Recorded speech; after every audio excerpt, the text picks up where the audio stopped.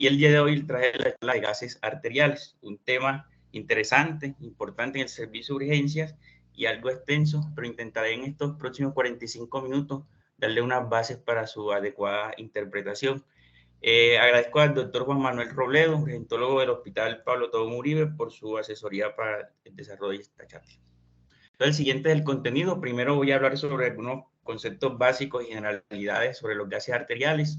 Luego hablaré sobre algunos conceptos fisiológicos y cómo interpretar la parte en los trastornos ácido-base. Haré énfasis principalmente en acidosis metabólica. Al final mencionaré algunos aspectos sobre los trastornos de la oxigenación y finalmente mis conclusiones al revisar el tema. Entonces, en cuanto a las generalidades y a modo de introducción, entonces mencionar que esta es una ayuda diagnóstica que tenemos de forma rápida y sencilla a la cabeza del paciente en el servicio de urgencia. Nos va a dar información sobre la parte de la oxigenación y los trastornos ácido-base, y en algunos casos nos va a dar otra información, como vamos a ver más adelante. Se han descrito diferentes modelos para su adecuado entendimiento e interpretación con diferentes conceptos. Les mencionaré algunos de los que más se utilizan. Y uno de los mensajes más importantes es este, y es que como es una ayuda diagnóstica, esto siempre debe estar en un contexto clínico. Pues, solicitar los gases basados pues, en la historia de nuestro paciente va a ser fundamental en el servicio de urgencia y en UCI, pues en el paciente crítico, pero también pues, se utiliza en otros escenarios. Y finalmente lo que nos debe ayudar es a tomar una decisión en el paciente. Entonces, ¿cuándo solicitar los gases arteriales? Entonces, son múltiples los escenarios clínicos. Si comenzamos a enumerar las causas, no terminamos hoy. Entonces, lo resumí como en estos cinco ítems. Y el primero, en pacientes que tengan trastornos respiratorios, que queramos ver cómo está la parte de oxigenación. Lo otro, en pacientes que sospechemos alteración metabólica, compromiso ácido-base como tal.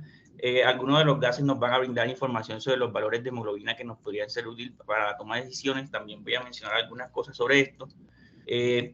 Algunos nos dan información sobre los electrolitos. También hablaré sobre algunos estudios comparativos con la parte del laboratorio. Y el otro escenario o otra información que nos puede brindar es en la evaluación de la respuesta al manejo, dependiendo del caso del paciente. Entonces, los gases arteriales, como toda ayuda diagnóstica, se deben tomar de una forma adecuada y tienen su técnica para realizarlo. Sabemos que la arteria donde más se realiza la punción es en la radial, pero que también se podría realizar en otras zonas, en otras arterias.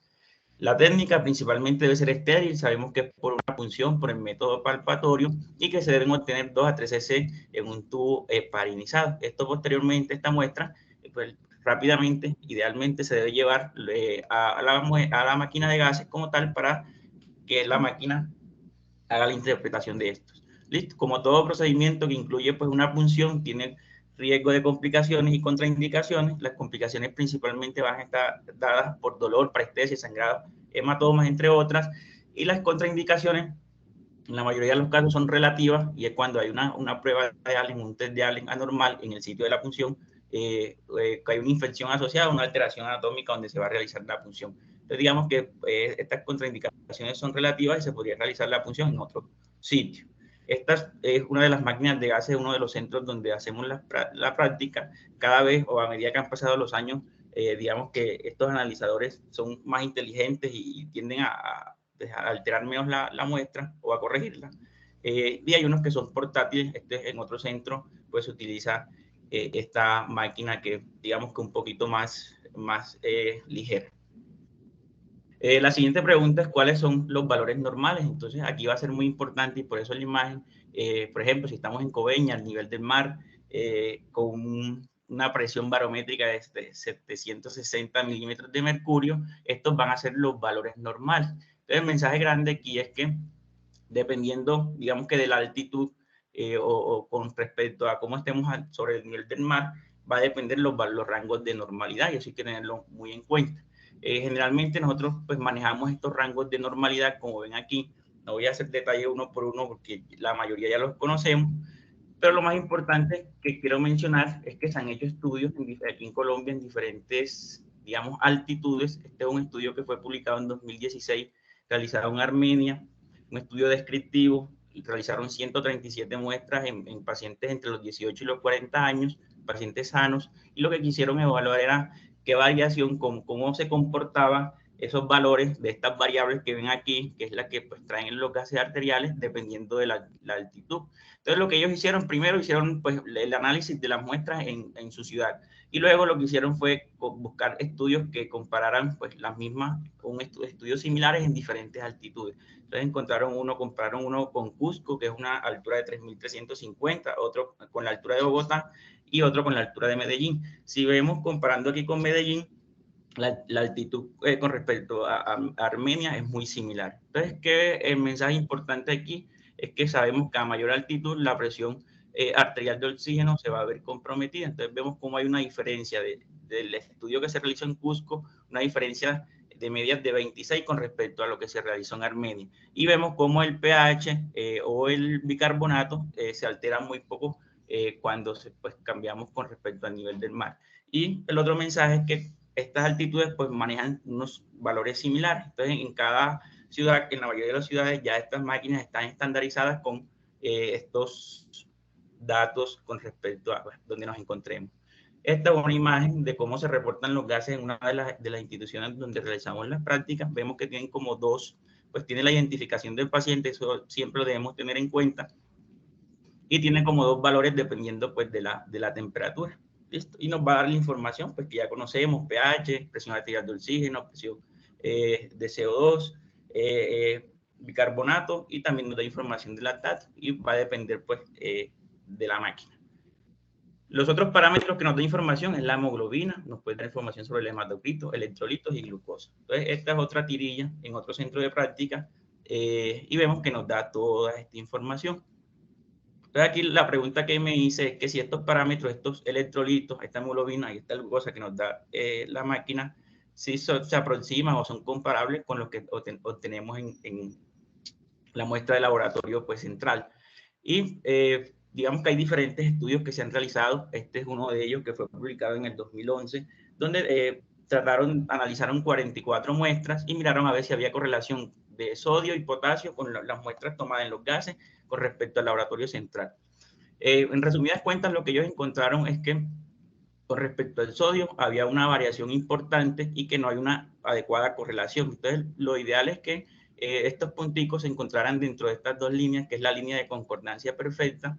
La línea de concordancia perfecta es la que no está punteada, pero se debería encontrar entre estas dos zonas, y vemos que los puntos están muy dispersos. Cuando hicieron la comparación con el potasio, encontraron que cuando los niveles de potasio bajaban por debajo de 3, había ya algo de irregularidad o de no concordancia entre las muestras, pero cuando era mayor de 3 o de 4, vemos que en la línea de concordancia era muy similar. Entonces, ¿qué nos dicen ellos al final en las conclusiones de este estudio? Nos dicen que, digamos que las muestras varían dependiendo de varios factores y que se deben tener en cuenta en las diferentes instituciones cuál es la concordancia entre los gases de la máquina y los gases del laboratorio central, y tratar de ajustarlos con un factor de corrección. Por ejemplo, para este estudio ellos se dieron cuenta que cuando lo hacían entre la máquina y la de gases había una diferencia de más o menos 4. Entonces eso es lo que ellos tenían en cuenta. Y este otro estudio, les traigo acá, también fue publicado en 2011, también hizo pues, como lo mismo, la misma metodología, y en este se incluyó hemoglobina y glucosa. En cuanto a los resultados, finalmente lo que ellos encontraron fue cuando la hemoglobina estaba baja, sobre todo por debajo de 7, se asociaba a más transfusión en los pacientes y que no debía ser un dato tomado para, no era un dato confiable cuando lo comparaban con el laboratorio general. Y también encontraron el mismo problemita con el sodio, que no había concordancia. Bueno, la otra pregunta a responder es la valoración pues, de los gases arteriales y venosos. Entonces sabemos que cuando tenemos una muestra y tenemos dudas si fueron tomadas adecuadamente, uno de los valores que nos va a dar mucha información va a ser la presión arterial de oxígeno. Esta sabemos que en la muestra venosa va a estar disminuida. Entonces, en los casos que tengamos dudas, lo ideal es averiguar si se tomó adecuadamente y si no, repetir la muestra. La otra, digamos que el otro parámetro que se altera es la presión de CO2, que generalmente en las muestras venosas es un poco más alta. Entonces, han hecho diferentes estudios donde han comparado si los parámetros de la muestra venosa se correlacionan con la parte arterial y digamos que el mensaje es que lo que se ha encontrado es que tanto el pH como el bicarbonato son los que menos variación tienen y lo que uno podría correlacionar con la muestra en el caso de que pues, quiera hacer un seguimiento en los pacientes. Esto se ha utilizado mucho en el paciente con cetoacidosis diabética, donde queremos mirar cómo va la parte del pH. Sin embargo, el mensaje es que cuando se va a valorar la parte de la oxigenación, se debe realizar con los gases arteriales porque los gases venosos pues, no tendrían utilidad. Estos estudios también se han realizado los gases venosos tomando muestra periférica y muestra central. Digamos que la muestra en catéter central, los valores se asemejan más en cuanto a pH y bicarbonato que a la muestra arterial. Listo. Entonces, en cuanto a los conceptos básicos, yo quiero mencionar algunas cosas en cuanto a la fisiopatología o a la fisiología más bien de los trastornos ácido-base que considero que son importantes para el entendimiento posterior de la interpretación de los gases. Entonces, lo primero y el primer mensaje es que tenemos, digamos que esto es un compartimiento y en este compartimiento, que es el cuerpo humano, vamos a tener unas sustancias con carga positiva que se denominan cationes y otras con carga negativa que son los aniones. El principal, digamos, que representante de los cationes es el sodio y de los aniones el cloro. El cuerpo humano lo que busca químicamente es un equilibrio o una homeostasis entre estas cargas positivas y cargas negativas. Y es lo que se conoce como el principio de electroneutralidad. Entonces, esto va a ser muy importante más adelante para la adecuada interpretación de los gases. El otro concepto, que esto nos lo enseñaron en los primeros semestres de medicina, y es lo que se llama la materia o la masa no se crea ni se destruye, sino que se transforma, y es la ley de conservación de masa. Y esto lo podemos representar, este dibujito vemos que son, digamos que la cantidad de reactantes es igual a la cantidad de los productos. Entonces, cuando esto lo ponemos como en la fórmula de la disociación del agua, vemos que cuando se produce esta disociación vamos a tener una sustancia con carga positiva, una sustancia con carga negativa y que estos, digamos que la cantidad de estas dos va a ser de forma similar para mantener un equilibrio. ¿Y qué es lo importante de esto? Es que sabiendo esto vamos a saber que en el cuerpo vamos a tener igual, lo ideal es tener una adecuada cantidad de ácidos y de bases para mantener un adecuado equilibrio. Ese equilibrio se logra mediante diferentes, digamos, órganos que están encargados tanto de censar esas alteraciones en las diferentes sustancias que les mencioné y otras que van a realizar la actividad reguladora constante. En resumen, los órganos que van a estar encargados principalmente de esta regulación son los pulmones y los riñones. Y dependiendo de hacia dónde esté la mayor carga, sea hacia los ácidos o hacia las bases, se va a determinar si es una acidosis o una alcalosis y esto va a terminar en una alteración del pH. Entonces ahí me pregunté que sí, pues, ¿cuál es la definición del pH? Entonces el pH, la forma más fácil que encontré de describirlo es que es una variable química que nos ayuda a saber qué tan ácido o qué tan álcali es una solución, llámese agua, llámese sangre. Listo. Me llamó la atención qué significaba la P. En algunas partes mencionan que significa poder de hidrógeno y otras hablan que es traducido del latín cantidad o capacidad de hidrógeno. Entonces todo gira en medir la concentración de hidrógenos en el cuerpo.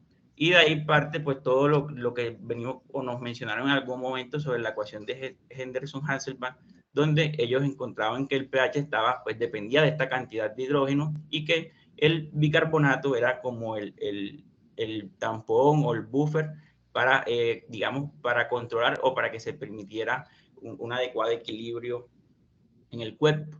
Este pH cuando es menor de 7.35 hablamos de acidemia, pues en la sangre, y cuando es mayor de 7.45 alcalino. Entonces, ya sabiendo eso, les menciono que se han descrito diferentes modelos para explicar cómo debemos realizar una adecuada interpretación o entendimiento de los trastornos ácido-base. El tradicional que conocemos es de Henderson-Hasselbalch, que es el que la mayoría conoce y que vamos a hablar. El otro es el físico-químico que describió Stewart, que habla sobre estas variables independientes y unas variables dependientes. Y está también el modelo de exceso de base. En realidad hay otros modelos, pero estos son los más utilizados y digamos que los más prácticos a la hora de entender e interpretar los gases arteriales. Unos tienen sus ventajas sobre otros en cuanto a facilidad y entendimiento, y en los estudios pues no han encontrado una diferencia significativa en utilizar uno el otro. Mi conclusión a la hora de revisar esto es que cuando uno entiende los tres modelos, termina utilizándolo los tres para la interpretación de los gases. Entonces, este modelo físico-químico de Stewart lo que habla es que hay unas variables independientes y que si alguna de estas variables se altera, va a alterar el pH. Y esta alteración, estas variables independientes van a generar un cambio en las variables dependientes, que aquí estaría el bicarbonato y los iones, la parte de los hidrógenos y las otras sustancias que se alteran. Entonces, ellos principalmente hacen el enfoque que si hay una alteración en el CO2, en los iones fuertes y los ácidos débiles, se va a generar la alteración del pH. Y principalmente, digamos que lo que explica esto es que el PCO2, pues, digamos que es un gas, digamos que entra en todos los compartimientos, y también los iones, como son los iones fuertes, que ya vamos a ver cuáles son los iones fuertes. Entonces, esto es una gráfica que se llama gamblegrama y es lo que explica el modelo físico-químico. Yo creo que si entendemos esta parte vamos a tener mucha idea ahora que hagamos la interpretación. Entonces, lo que nos dice básicamente es que en esta columna tenemos los cationes carga positiva y carga negativa. ¿Listo? Que se conoce como iones fuertes. Iones fuertes es el sodio, el cloro y estas otras sustancias. Y son sustancias o iones que no se disocian completamente. Y los débiles son todos los que, digamos, que no se disocian completamente, sino parcialmente. Entonces, ¿qué es como les mencioné inicialmente, lo que busca esto es que haya un equilibrio y que la cantidad de las sustancias que están aquí sea igual a la cantidad, o sea, igual cationes que aniones. Listo. Esto, si nos damos cuenta, muchas de estas cosas las podemos medir, pero estas otras que están arriba, como las proteínas, los fosfatos, y estos que son los aniones no medibles, en ocasiones no lo tenemos disponible. Entonces, lo que nos dice Stewart es que calculando la diferencia entre estos dos iones principales, que son el sodio y el cloro, uno carga positiva y uno carga negativa, podemos determinar esta diferencia, esta cantidad de sustancias que estamos aquí que desconocemos. ¿Listo? Y eso lo describió él como diff aparente o SIPS, que sería pues en la traducción al inglés. En esta fórmula incluyen todas las cargas positivas, pero generalmente en efectos prácticos solamente se utiliza, o porque pues, la mayor cantidad, como vemos en la imagen, es del sodio, se utiliza el sodio. Entonces, la resta se hace el sodio menos el cloro, y el valor normal de esto debe ser 38. Ese 38, ¿qué significa? Que pues digamos que hay un equilibrio entre esos dos iones fuertes, y que si hay una diferencia hacia abajo o hacia arriba de esto es porque hay o exceso de base o de ácidos. ¿Listo? Y los ácidos débiles no volátiles, que son el ATOF, básicamente el representante es la albúmina y los fosfatos. Entonces, cuando estamos ante una acidosis metabólica, pues esto puede darse por un aumento de la albúmina o por un aumento de los fosfatos. Ahora con el ejemplo vamos a entender mejor esto. Entonces, lo que buscamos básicamente es que si nosotros conocemos el ATOF, conocemos la diferencia la diferencia de iones fuertes, podemos determinar estas sustancias que nos faltan por conocer aquí, que son los aniones no medibles. Y eso se halla pues restando esta CIP aparente con una CIP efectiva, que sería pues incluyendo este ATOF, que son las proteínas que ya mencionamos que era la albúmina. Listo. Un ejemplo para que vayan cogiendo más idea de lo que explica Stewart es que cuando tenemos aumento de estos aniones no medibles, como en el caso de una hiperlactatemia o una cetoacidosis diabética, estos aniones no medibles van a aumentar y van a generar alteraciones en el pH. Entonces, realizando todas estas mediciones que ya les mencioné, vamos a poder determinar cuánto es la cantidad de estos aniones no medidos. Y si estos aniones no medidos son los que están generando la alteración en el pH, o son otras sustancias que también lo podrían presentar. Entonces, uno de los mensajes grandes aquí es que cuando hacemos esta diff aparente, cuando este valor está por encima de 38 es una alcalosis metabólica, y cuando está por debajo de 38 es una acidosis metabólica. Es decir, que este valor es directamente proporcional dependiendo si sube o si baja al pH. Y en esta tabla le resumo entonces cómo se interpretarían esas variables independientes. Entonces, la primera es el PCO2. Esta es una variable que es inversamente proporcional al pH, es decir, si aumenta la PCO2, baja el pH, y caso contrario, en caso de que baje la PCO2. Y cuando tenemos la SIC alterada, va a depender hacia dónde esté, como les mencioné anteriormente. Esta es la que yo les mencioné, que es directamente proporcional a lo que se altera el pH. Entonces, si esta baja, vamos a producir acidosis, y si esta se eleva, se va a producir una alcalosis. Y en el caso de los aniones débiles, digámoslo, los principales determinantes va a ser la albúmina y el fosfato. Generalmente estos no se miden, pero lo ideal sería tener pues la adecuada contabilización o el valor de esto para que la medición cada vez sea más exacta. Y en cuanto al concepto de déficit de base, este es un componente que, digamos, que parte de la aplicación de Stewart y es una medición de la, digamos, la cantidad de ácido de base que se debe agregar a un litro de sangre para mantener un pH de 7,4.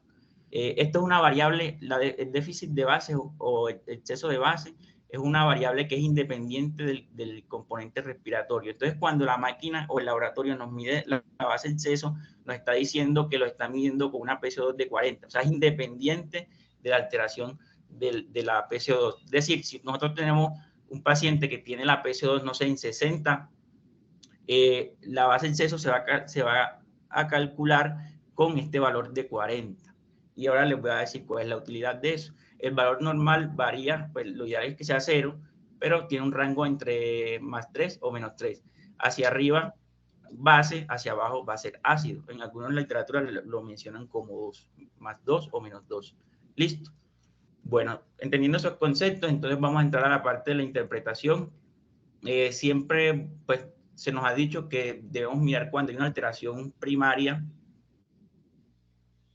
su mecanismo compensatorio, y básicamente es que cuando tenemos una acidosis y vemos que pues, el bicarbonato está bajo, la respuesta compensatoria es que baje la PCO2. De igual forma, en cada uno de los trastornos, si sube el bicarbonato, debe subir la PCO2 porque digamos que son inversamente proporcionales. ¿Listo? Cuando uno de estos mecanismos no está en este mismo sentido es porque no tenemos una respuesta compensatoria y debemos pensar que hay un trastorno asociado. Se han descrito diferentes fórmulas para calcular esta respuesta compensatoria. No voy a entrar en detalles y ahora les menciono cada uno. Y lo otro que se ha descrito es que hay trastornos mixtos. Siempre debemos estar pensando en que no solamente hay un trastorno, o sea, hay casos donde existe más de un solo trastorno ácido-base. Hay que tener en cuenta que cuando hay un trastorno respiratorio solamente existe uno, o sea, no hay más de más de un trastorno respiratorio. Hago la corrección, es decir, no hay una acidosis respiratoria más una alcalosis respiratoria, eso no pasa, pero sí puede pasar una acidosis respiratoria con una acidosis metabólica asociada.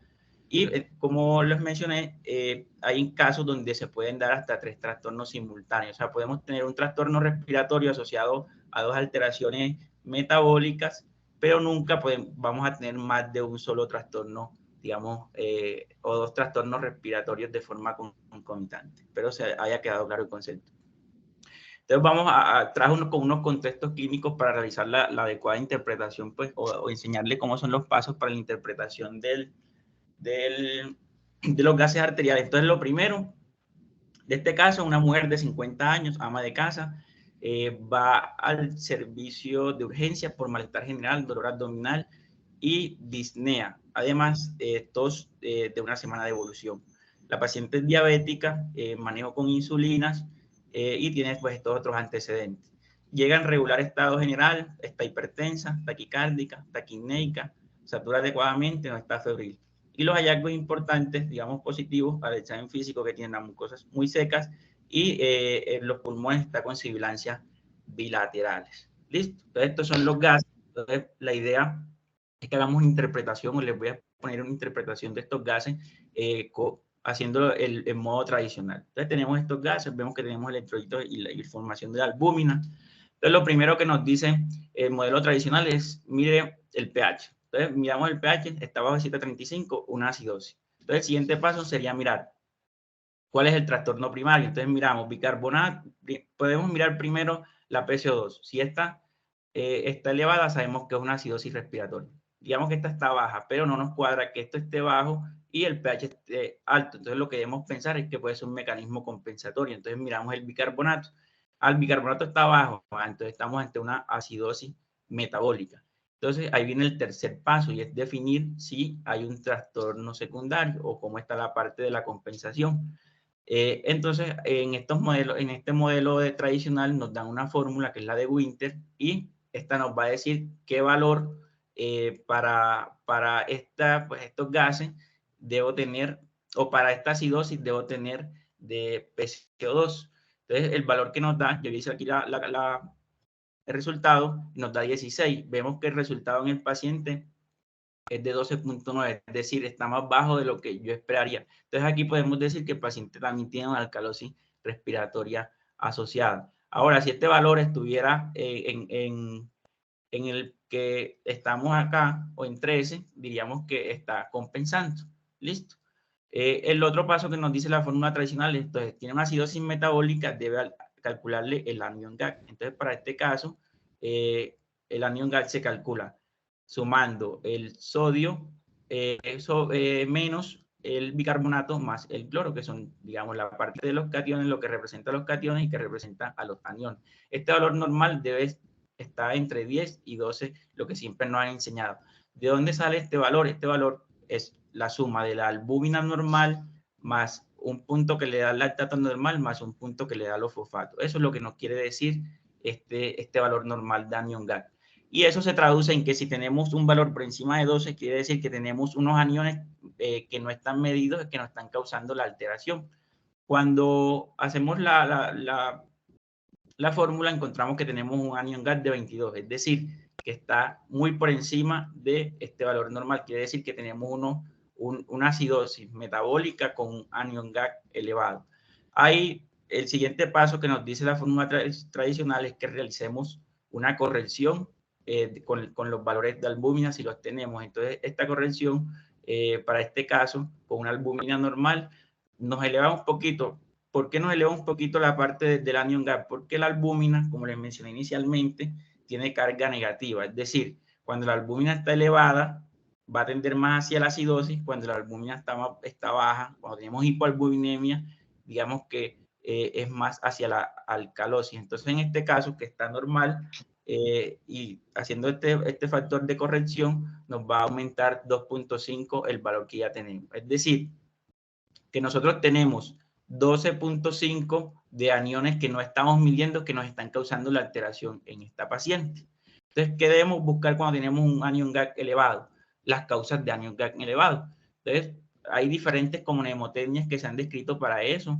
Yo les traigo como esta grafiquita que dice las diferentes. Entonces, ahí está la cetoacidosis diabética, la hiperlactatemia, que si hay intoxicación por metanol, salicilato. Esto debe ser orientado según pues, lo que yo tengo en mi paciente. En este paciente que yo les traigo, que es una paciente diabética, posiblemente que esté con hiperglicemia, la causa de esta alteración puede ser una cetoacidosis diabética. Ahora, si este anion GAC me da normal, lo que nos dice esta fórmula tradicional es que busquemos causas de anion GAC normal, que son alteraciones ya sean gastrointestinales o renales por donde se está perdiendo el bicarbonato o otras causas. ¿Listo?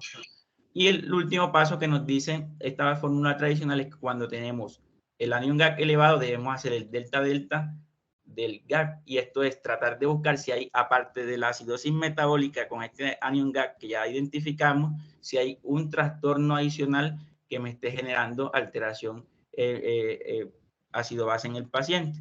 Entonces, eso se ha descrito el delta de GAC. Esto, digamos que es un poquito como más difícil de interpretar. Les traigo como estos ejemplos que son, digamos, que nos orientan. Y básicamente lo que le puedo decir de esto, bueno, se hace calculando la diferencia entre el anion GAC que nos dio menos el normal, que es 12, y el valor normal de bicarbonato menos el que tenemos aquí en el paciente. Para este caso de nosotros nos da 0.6. Entonces ya están como establecidos que dependiendo de ese valor, nosotros debemos sospechar otro trastorno adicional. Entonces, por ejemplo, cuando este nos da entre 1 y 2, estamos hablando que hay una acidosis metabólica anion GAC elevado sin ningún otro trastorno. Pero cuando estas fórmulas se alteran, lo que debemos pensar es que hay una alteración adicional en el bicarbonato o en el cloro que nos está generando esta acidosis. Una de ellas puede ser la hipercloremia y la otra es que hay una pérdida de bicarbonato, ya sea por cualquiera de las causas que le mencioné en la gráfica anterior. Ahora, si esta está elevada, también podemos tener un trastorno en el, ya sea por reposición o por alguna alteración en el bicarbonato que nos genere una alcalosis metabólica. Espero que haya quedado claro esos pasos. Y el método de Stewart, entonces tenemos la misma paciente, vamos a hacer el ejercicio con la misma paciente, con los mismos gases, haciendo el otro método. Entonces, lo primero que nos dice el otro método, igual, mide el pH, entonces tenemos una acidosis, mide la PCO2, entonces este paso, uno mira, bueno, tiene una alcalosis respiratoria, porque tiene la PCO2 disminuida, pero sabemos que, como mencioné anteriormente, no concuerda, posiblemente este sea un mecanismo compensatorio. Entonces, ¿qué nos dicen ellos como tercer paso? Calcule la DIF. O la CIP, como pues, por sus siglas en inglés. Este valor, como les mencioné, debe ser igual a 38. En el caso de nuestra paciente nos da 27, es decir, menos 11. ¿Qué quiere decir? Que hay menos 11, o sea, hay unos aniones no medidos, hay 11 que no estamos midiendo. Entonces, el paso siguiente que nos dice este método, que es como una combinación de Stewart y la base del seso, es que vaya considerando, vaya mirando el lactato a ver si es la causa de la acidosis en su paciente. Ahora, lo otro que nos dice, bueno, mire la base del seso. Si la base del seso, por ejemplo, en este caso es menos 18, compárela o súmela con el valor negativo que le da su valor de DIF. Entonces, ¿qué es el concepto de esto? Que si yo tengo una diferencia de menos 11 y miro que tengo un déficit de base de menos 18, me están faltando 7.6 de déficit de base que no sé de dónde están. Eso es lo que corresponde a los adenones no medibles. Entonces, cuando nosotros hacemos esta fórmula, estamos incluyendo la albúmina, que es la otra que nos puede alterar la parte de la acidosis, y el lactato, que también pues, nos va a aumentar la brecha. Entonces, el mensaje de esto es que lo que nos dice Stewart es básicamente, si tiene un déficit de base, vaya buscando las diferentes causas que le pueden estar generando esa acidosis metabólica. Una de ellas es que haya una DIF disminuida, la otra cosa es que haya alteración en la albúmina o en los fosfatos, y la otra es que haya hiperlactatemia. Si usted controla esas variables y encuentra que todavía tiene una diferencia, como es este caso, que es de 8.1, todavía tengo 8.1 que no sé de dónde están saliendo, entonces usted debe pensar que cuando esto es mayor de 2, es por cetona, es por alcohol, es lactato o salicilato. Es decir, esto es muy similar y si vemos, lo extrapolamos a lo del modelo tradicional, es muy similar a lo del anion GAC. La diferencia es que esto nos explica de dónde sale cada cosa que estamos midiendo en el paciente. Ahora, si este valor nos da negativo, debemos pensar en todo lo que puede generar aumento en los cationes o una alcalosis o una acidosis metabólica con SIG negativo. Y si este valor me da entre 0 y 2, ahí debemos considerar las otras causas que son por hipercloremia o por pérdida de bicarbonato. En esta imagen o esta gráfica, digamos que se resume de forma fácil el diagnóstico diferencial de acidosis metabólica. Básicamente es esto.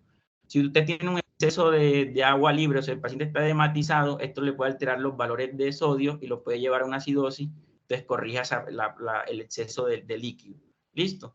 Si usted hizo los cálculos y le dio ya sea un anion GAC corregido por la fórmula tradicional o le dio un SIG aumentado, o sea, lo que les mencioné que nos queda unos aniones que no sabemos de dónde salen, entonces comienza a buscar qué aniones pueden ser. Entonces ahí entran las causas de los salicilatos, metanol, toda esa parte, entra lo de las acetonas, lactato, o si no encuentra ninguno de estos, piense en el caso de un paciente con falla renal, en fosfatos o otras alteraciones.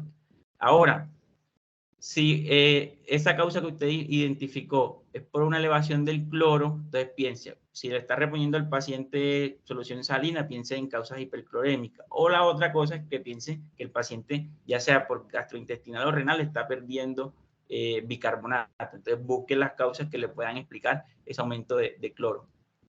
Y la última, que es la más rara, es en casos de hipoalbuminemia, donde el valor digamos que del anion GAP va a estar dentro del disminuido, o sea, no está dentro de los valores normales.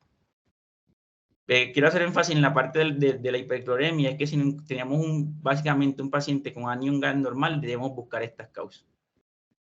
La otra información importante que nos brindan los gases, entonces el lactato, sabemos que hay dos isómeros, el L-lactato y el D-lactato.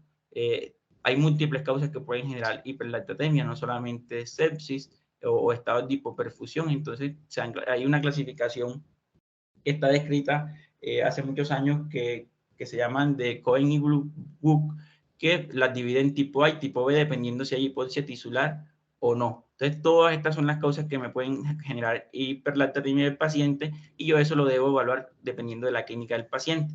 El valor del lactato anormal es mayor o igual a 2. Listo, ya mayor lactato, pues posiblemente hay mayor severidad del cuadro. Bueno, ya es como la parte de la acidosis metabólica. Para explicarle la parte de la alcalosis metabólica, básicamente esta se da por un aumento del bicarbonato en sangre con un aumento compensatorio de la PO2, como les mencioné, el mecanismo compensatorio va a ser un aumento de la presión de CO2. Generalmente hay como dos causas que lo explican, o que se está perdiendo mucho cloro o que hay una producción excesiva de mineralocorticoides. Por ejemplo, este sería un ejemplo de cómo vemos una alcalosis metabólica en los gases. Entonces, primero vamos a ver un pH aumentado, vamos a ver la PSO2, la PSO2 no me explica esa alcalosis, más bien está un poquito hacia la acidosis, pero si vemos el bicarbonato, es un bicarbonato que está elevado. Entonces, esto configura una alcalosis metabólica y lo que debemos pensar es qué nos puede generar en el paciente una alcalosis metabólica. Entonces, dependiendo de la etiología, podemos definirla si hay sobrecarga de alcalina, o sea, si ahí de pronto se le está administrando al paciente algo que le puede aumentar el bicarbonato, o por el contrario, si el paciente lo que está perdiendo es ácido, ya puede ser por parte gastrointestinal, por vómito, o una aspiración nasogástrica, o pues que tenga una sonda nasogástrica, o que sea una causa renal, puede ser por diuréticos o como les mencioné, cuando hay una producción excesiva de mineralocorticoides. Entonces, en estos casos, es como buscar la causa que me explique esta alteración, este aumento del pH en el paciente. Y digamos que la fórmula o lo que debemos buscar primero es que hay una compensación. ¿Cómo se va a dar la compensación? Como mencionamos, con un aumento de la presión de CO2. Hay una fórmula para esto. Digamos que la forma o lo importante que nos va a decir esto es si la parte respiratoria está tratando de compensar esa pérdida. En cuanto a el otro caso clínico que les quería traer era es de un paciente de 70 años, agricultor, con antecedente de EPOC, utiliza inhaladores y llega por cuadro clínico de 3 días con tos, expectoración amarillenta, una disnea que evoluciona hasta reposo, escalofrío y malestar general.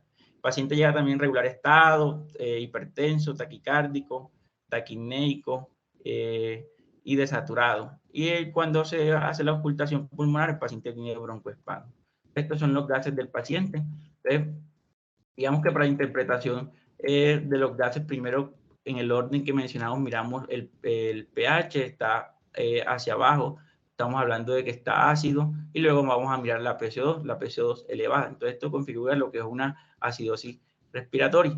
Ya en este paciente, con estos resultados, debemos ir enfocando pues, cuáles pueden ser las causas de acidosis respiratoria. Esto se da principalmente por una hipoventilación alveolar, o sea, hay una alteración en la ventilación del paciente que está generando la retención de CO2. Esto, digamos que aunado a la historia clínica del paciente, nos debe pues, hacer pensar en diferentes diagnósticos que se pueden presentar, pues dependiendo del contexto en que se encuentra el paciente. Por ejemplo, en nuestro contexto, un paciente con un EPOC posiblemente está exacerbado y esto es lo que está generando la retención de CO2. Aquí un mensaje importante es que si miramos la compensación, pues deberíamos esperar que el bicarbonato esté elevado, como lo vemos aquí. Entonces hay unas fórmulas, como yo les mencioné, digamos que la fórmula resumida es que en la compensación aguda, que se dan los primeros 3 días generalmente, no debe haber, por cada 10 milímetros de mercurio que aumenta la PCO2, sube un punto el bicarbonato. Y cuando esto se da de forma crónica, por cada 10 puntos que sube esta PCO2, sube 5 el bicarbonato. Entonces, si nosotros nos regresamos a nuestro caso, vemos que esto no está aumentando. ¿Qué nos quiere decir esto? Que también hay un trastorno metabólico en el paciente. Posiblemente este paciente asociado a su acidosis respiratoria tenga otro trastorno que le esté generando una acidosis metabólica. Entonces, eso es como la idea de la interpretación, es mirar el trastorno primario, mirar su estado de compensación, sobre todo en la parte respiratoria, y mirar si no hay algún otro trastorno que me esté generando la alteración. La otra cosa que nos puede dar información en este paciente, por ejemplo, es la base del seso. Vemos que está en -7. Quiere decir que aquí hay una alteración metabólica, o sea, tengo un déficit de base que tengo que buscar qué es lo que me lo puede explicar. Listo, este paciente posiblemente esté también con un proceso infeccioso que esté generando esta acidosis metabólica.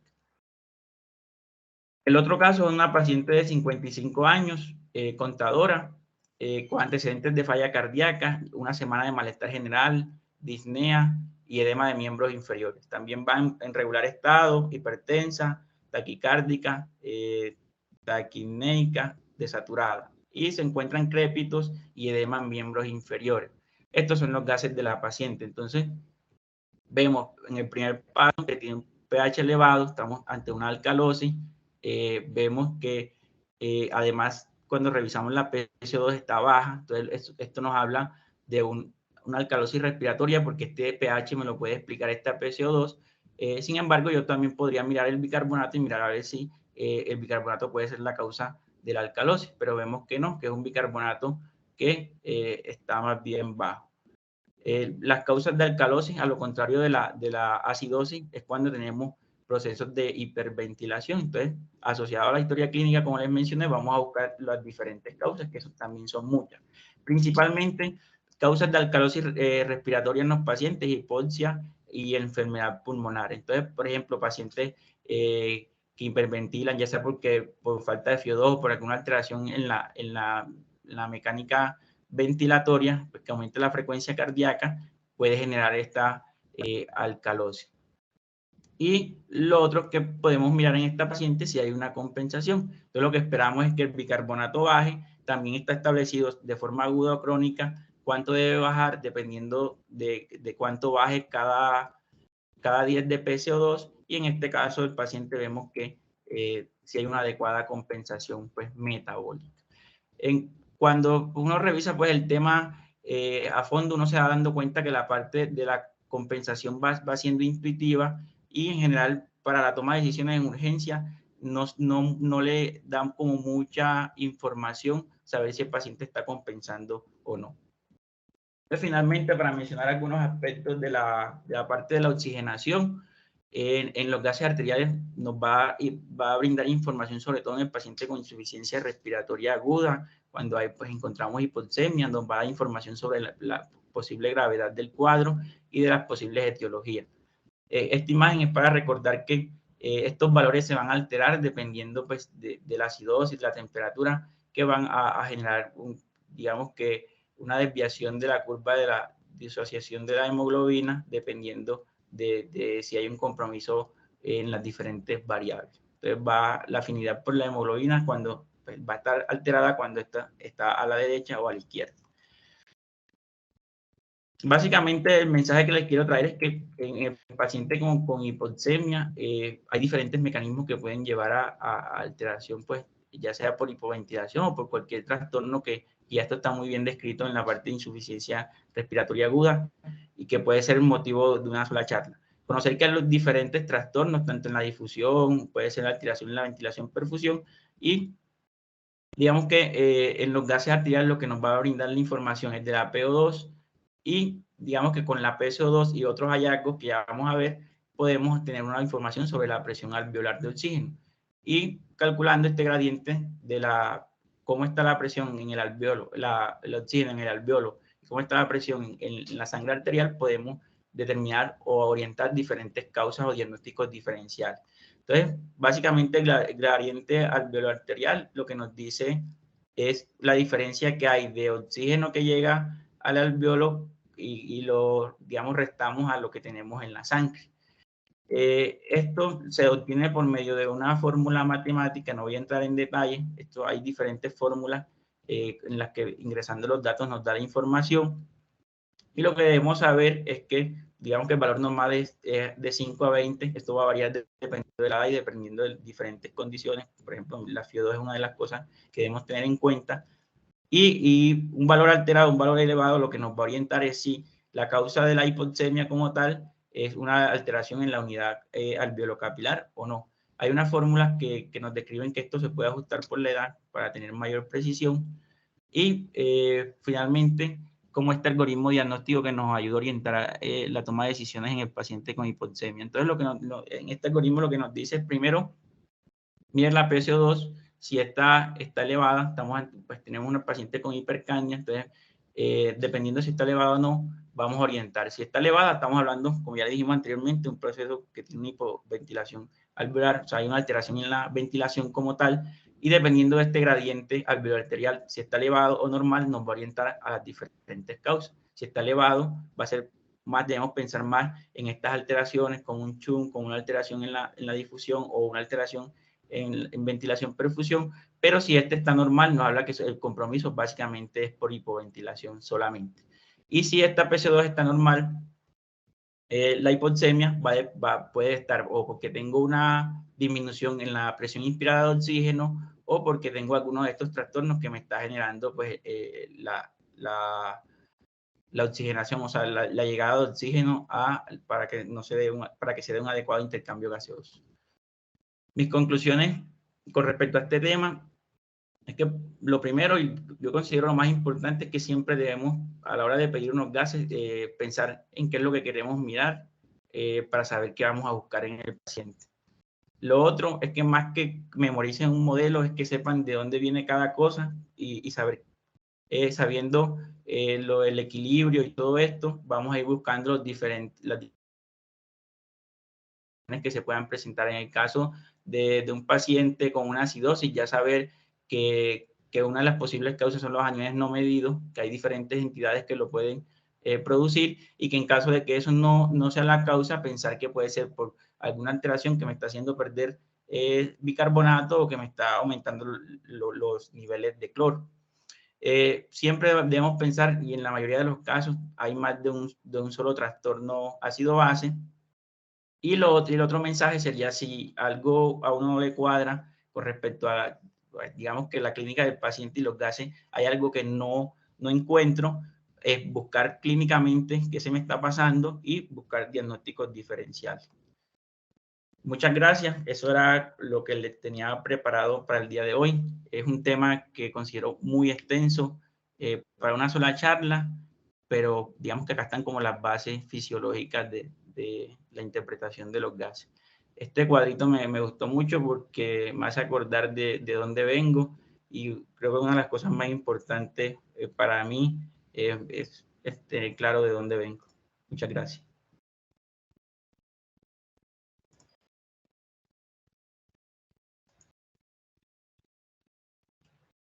José, muchas gracias. Atento a las preguntas, observaciones, recomendaciones. Está el doctor Vallejo con la mano levantada.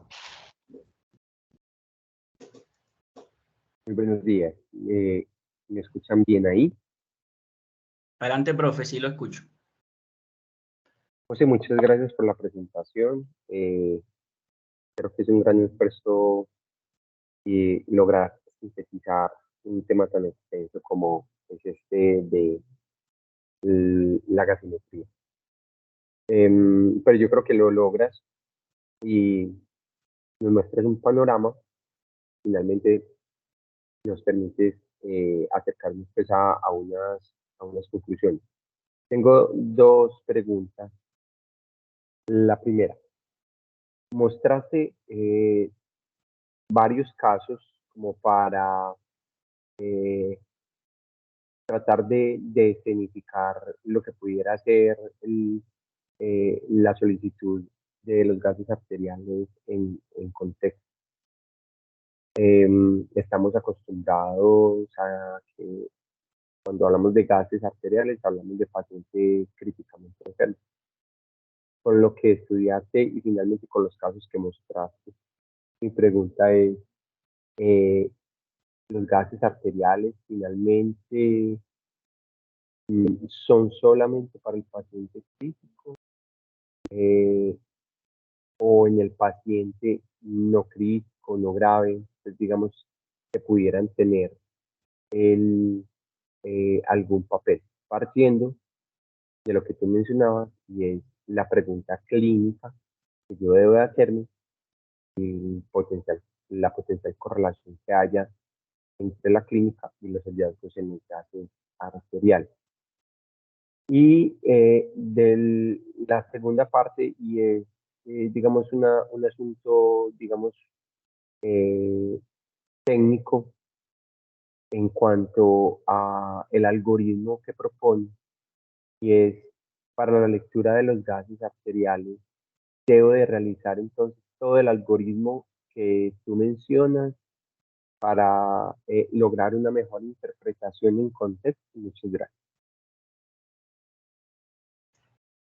Listo, profe. Muchas gracias a usted por participar.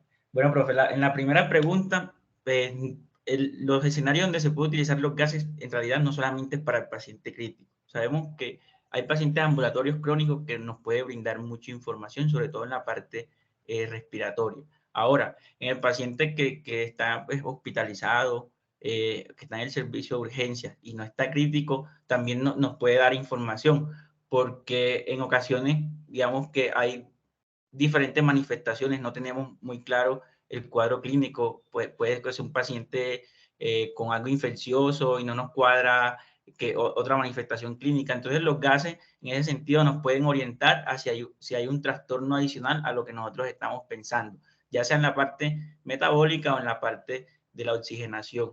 Entonces, yo pienso que eso responde a la pregunta, profe, y no es solamente para el paciente crítico. O sea, un paciente puede estar estable, pero si la etiología de la enfermedad no me queda clara y yo pienso que una alteración, ya sea en la parte de los cationes o aniones, me puede dar la respuesta, yo podría buscar por ahí. Y la otra cosa es que yo traje los dos algoritmos, de pronto este tema, tratándolo solamente una exposición de acidosis metabólica, uno lo digiere un poquito más fácil, porque hay que leer mucho desde, digamos, yo para revisión del tema tuve que leer básicamente de cosas muy básicas de química para entender o aproximarme al tema. Entonces, yo propongo los dos modelos porque cuando uno comienza a leer desde las bases de los dos modelos, se va dando cuenta que uno va como cogiéndole la habilidad a la lectura de los gases. Entonces ya se vuelve algo como automático. Entonces yo recomiendo que primero que la persona utilice el método que más se sienta cómodo. Pero finalmente cuando uno tiene claridad de los dos métodos, los tres métodos, lo termina utilizando los tres de forma simultánea. Porque más que un método, profe, es la base fisiológica que uno tenga, saber de qué es lo que estoy buscando en los gases.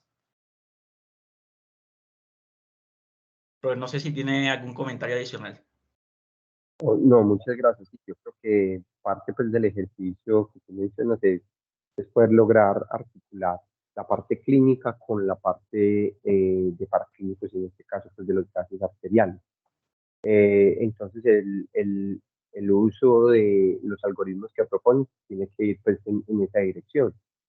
Pues, comentarios personales, usar pues, las distintas reglas y los algoritmos, pues digamos que va en función de tratar de dar explicación de la condición del paciente. Entonces, esas, pues desde mi postura personal sería la apreciación. Muchas gracias.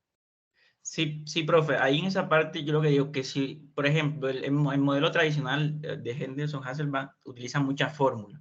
Yo pienso que el mensaje ahí es, si yo voy a utilizar ese modelo, tengo que saber esas fórmulas qué significan, o sea, de dónde viene eso. Y ahí es donde coge ventaja los otros dos modelos. Y es que los otros dos modelos, a mí lo que me están explicando es cada cosa que estoy interpretando, de dónde viene, dónde está la alteración y qué es lo que estoy midiendo. Entonces, pienso que ahí está la ventaja de los otros modelos que le abre un poco el panorama a uno. Y una de las cosas que me di cuenta y que lo vi en alguno de los videos de un experto sobre el tema, es que menciona cuando uno entiende ese modelo físico-químico de Stewart, ya comienza a entender aún más el modelo de Henderson-Hasselbalch. Entonces, esa es como la idea. Ahí está el doctor Juan Manuel en lista y Omar. Adelante, profe. Buenos días, ahí me están escuchando. Sí, profe, adelante. Listo, bueno. Como ya te había dicho, José, pues a mí me parece que la charla cumple con todos los objetivos.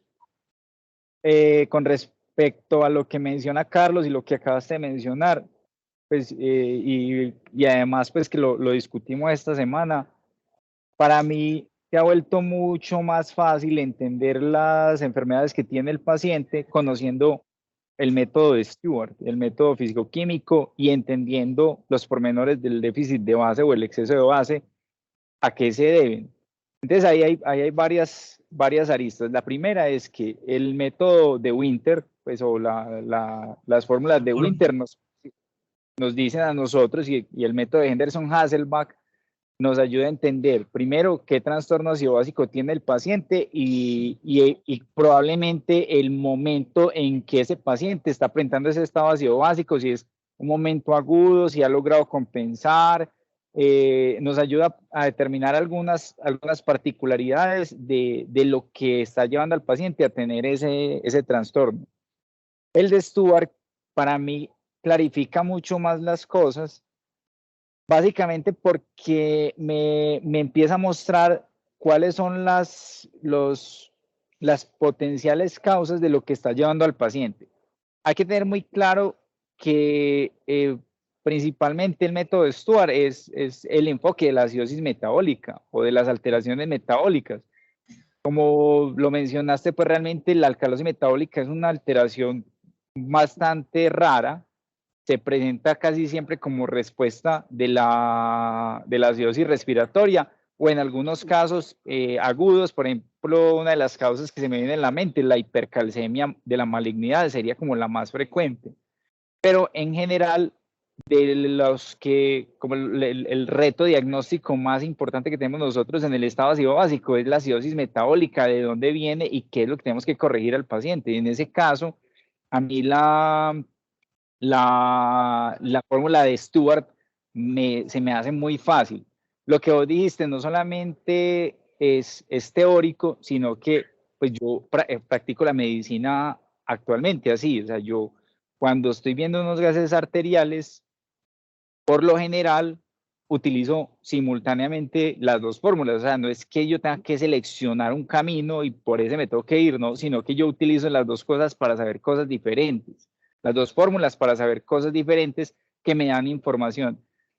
Los gases arteriales que hacen parte de las pruebas a la cabecera del paciente se suman al examen físico y ahí es donde yo pues entro como en acuerdo también con lo que decía Carlos ahorita, y es que no solamente en el paciente crítico, sino en ese paciente en el que yo creo que hay algo más que le puedo adicionar, los gases arteriales me pueden dar alguna información adicional con respecto a algo que se me esté escapando. Pongo varios ejemplos. He tenido pacientes que llegan gravemente enfermos con un déficit de base muy grande, logramos descartar sangrado, logramos descartar otras causas de acidosis metabólica y resulta que tienen una alcoholemia de 350 miligramos por decilitro, que ya lo habíamos discutido también. Entonces, yo solo con los gases arteriales puedo empezar a sospechar que el paciente tiene algo adicional, porque por lo general a nosotros los pacientes no nos llegan con una sola alteración. De resto, no, la verdad es que yo quedo muy contento con la charla, José. A mí me parece que entender todos estos aspectos, desde los principios básicos y desde los principios físicos, nos ayuda a trabajar mucho mejor como médicos. Yo siempre, ustedes saben que yo siempre he sido como abogado de volver a la fisiología y a lo más básico. Muchas gracias. Gracias a usted, profe, por las recomendaciones y la participación. Adelante, Omar. José, buenos días, ¿me escuchas? Sí, Omar, adelante. José, gracias por la presentación. Creo que es un material muy útil, no solo para nosotros, sino también para todos los que vean más adelante pues, esta revisión en aulas abiertas, porque creo que es competencia desde el estudiante, el interno, el médico, el residente y el especialista. José, hay algo que no recuerdo y no sé si me lo puedas explicar. A veces en los gases vemos dos valores, por ejemplo, de bicarbonato. Y entre paréntesis, una C y una S. Creo que uno es sérico y otro es corregido. ¿Me podrías explicar, por favor, de nuevo qué diferencia hay? Omar, esa S significa estándar. ese estándar es cuando la máquina toma como unos parámetros que ya están estandarizados, por eso la palabra estándar, y te hace un cálculo del bicarbonato. Es decir, por ejemplo, él te dice la concentración de bicarbonato a una presión de CO2 de 40, a una temperatura de 37 grados y una presión barométrica de 760. O sea, ya eso está estandarizado en la máquina y ese es el valor, eso significa. Sí, me hice entender. Omar. Sí, José, entonces deberíamos prestarle atención es al corregido. Exactamente, exactamente. Porque, pues depende, porque si tú estás pues depende de muchas cosas, porque, como te digo, ese es con una presión barométrica de 760, o sea, sería como lo calculan al nivel del mar. Entonces, si tú estás acá en Medellín, presta atención más bien al corregido, porque se le está corrigiendo esa alteración, pues está en una parte más alta. Listo. José, ¿se escucha ahí bien? Claro, Daniel, sí, se escucha muy bien. Listo, perfecto. Bueno, no, pues agradecer por la revisión porque de verdad pues deja muchas cosas como muy claras de conceptos que uno a veces da pues como que se los pasa así por encimita y que realmente no les presta como mucha atención y nos acabas de dejar claro la real importancia de cada uno de estos aspectos, cada una de estas fórmulas, cada uno de esos detalles pues como muy minuciosos que le pueden ayudar a uno a interpretar pues como bien esta ayuda diagnóstica. Hay una cosa que me gustaría pues como de complementar, aprovechando pues que hay distintos niveles de formación pues en la charla que, como dice Omar, la van a poder ver luego, y es que es muy importante hacer este análisis muy minucioso para poder identificar exactamente o tratar de aproximarse a qué es lo que le pasa al paciente. Entre esas también hay que, digamos, como recordar o mencionar que hay digamos, unas formas de verlo que pueden ser un poco más resumidas, que no van a ser las que nos van a llevar a decir que el paciente pues tiene exactamente cada una de estas alteraciones, pero que pueden ayudar pues como al médico en la práctica en el día a día y sobre todo pues en el contexto de los médicos generales en urgencias o que trabajen pues en un servicio de cuidados críticos, a identificar ya sean las gasometrías que se puedan considerar como normales rápidamente o que tengan algún tipo de alteración pues que sea importante como empezar a ahondarla. Entre ellos existe pues como un algoritmo de 3 pasos. En ese algoritmo, digamos que solamente se van a tener en cuenta 3 variables. Esto no es solamente todo lo que hay que hacerle a la gasometría, sino que es un abordaje inicial, pues como para no dejar pasar nada grande. Entre ellos está pues mirar lo que sería el pH, ver si está alterado o no. El segundo paso de eso siempre sería como mirar esa parte del CO2 que tiene el paciente, si esta se encuentra alterada o no, ya sea para arriba o para abajo, pues como tú venías diciendo. Y en última sería como mirar así a grosso modo la parte del exceso base. Digamos que eso nos ayuda un poquito a entender de pronto cómo se está comportando el paciente en un trastorno respiratorio, ya sea agudo o crónico. En este caso, pues mirando si hay una alteración del pH, como tú mencionabas, pues digamos un CO2 elevado, en contexto también de un pH que pueda estar disminuido y que al mismo tiempo veamos un exceso base que esté también afectado, que eso nos puede hablar de la parte de cronicidad del paciente, por lo que mencionaste pues de las compensaciones renales y pulmonares. Al mismo tiempo también mirar los contextos, por ejemplo, de un pH que pueda estar normal, con un CO2 pues, que esté normal y que pueda tener un base exceso que esté alterado, que eso nos puede hablar pues, de una compensación desde el punto de vista respiratorio. Digamos que esto no da como el diagnóstico total de todo lo que uno necesita saber con el paciente, pero permite hacer como un abordaje pues como rápido. pH más CO2 normales, que también encuentra un base exceso normal, pues queda uno como tranquilo, digamos a grosso modo con estas casimetrías, y son digamos como algoritmos de manejo que se han como propuesto. La otra, pues, también como resaltar esa importancia, pues, de la teoría de Stuart para conocer, pues, como esta parte de lo del balance, porque eso también nos ayuda a entender varias cosas, como por ejemplo esta parte de las acidosis hiperclorémicas. Nosotros le estamos pasando, pues, un exceso de cloruro de sodio al paciente que ocurre mucho en la práctica clínica diaria y que en última lo que uno dice, bueno, ¿qué es lo que está pasando acá? Uno tiene que mirar el orden de magnitud de qué es lo que se está afectando. Si nosotros estamos poniendo en partes iguales sodio y cloro, pues realmente el paciente no va a mostrarse tanta esa magnitud en el cambio de sodio, pero sí en el de cloro. Eso es una de las cosas que nos ayuda a entender qué es lo que está pasando con esos pacientes, pero no solamente en el contexto de acidosis, sino también en el de las alcalosis. Si un paciente está perdiendo cloro y lo está perdiendo, digamos, por vómitos y todo, pues eso también nos ayuda a entender ese orden de magnitud de qué es lo que se está cambiando ahí. Es muy diferente hablar de unos cambios desde unos 145 de sodio versus unos 110 de cloro, porque esos cambios van a ser más magnificados en la parte de lo del cloro. A la hora, pues, como entender esto, aunque como tú lo mencionaste, hay muchos más factores a tener ahí en cuenta. Y nuevamente, muchas gracias, José. Listo, Dani, gracias por la participación. Sí, el mensaje pienso que grande es entenderlo desde la parte fisiológica. Yo creo que cuando uno comienza a leer esos métodos, y creo que es el éxito del físico-químico, es que ya le da muchas herramientas a uno para el abordaje del paciente. Yo quería, no sé si ahí están viendo todavía mi pantalla, este artículo que revisé, me parece, pues lo recomiendo, la verdad, es donde hacen un enfoque de esos tres métodos que le hablé, y ellos ahí, digamos que hacen un enfoque, pues explican toda la parte fisiológica, de dónde sale todo y cuáles son los diagnósticos que debemos tener en cuenta. Entonces, les recomiendo pues que tengan en cuenta este artículo para cuando quieran profundizar en el tema. Muchas gracias. No sé si alguien más quiere participar, aportar. Sí, José, ¿cómo estás? Hay una pregunta en el chat. Ya va, profe. Ya miro. Aló, sí me oye, sí. Aló, Sí, ¿quién habla? el doctor Barros, ¿cómo te ha ido? Ah, profe, muy bien. Adelante, profe. No, antes que nada, gracias, José. Es un tema muy complejo. Solamente algunas puntualidades que uno con el tiempo, como logra ver de este tema, y que a mí me parecen muy interesantes, ¿cierto? Lo primero es que siempre nos estresamos mucho con todos los datos que aparecen en la tirilla de los gases, ¿cierto? Pero cuando uno va a la vida real de lo que se hace, los únicos datos que realmente son medidos, es como tal el pH, el CO2 y la PO2.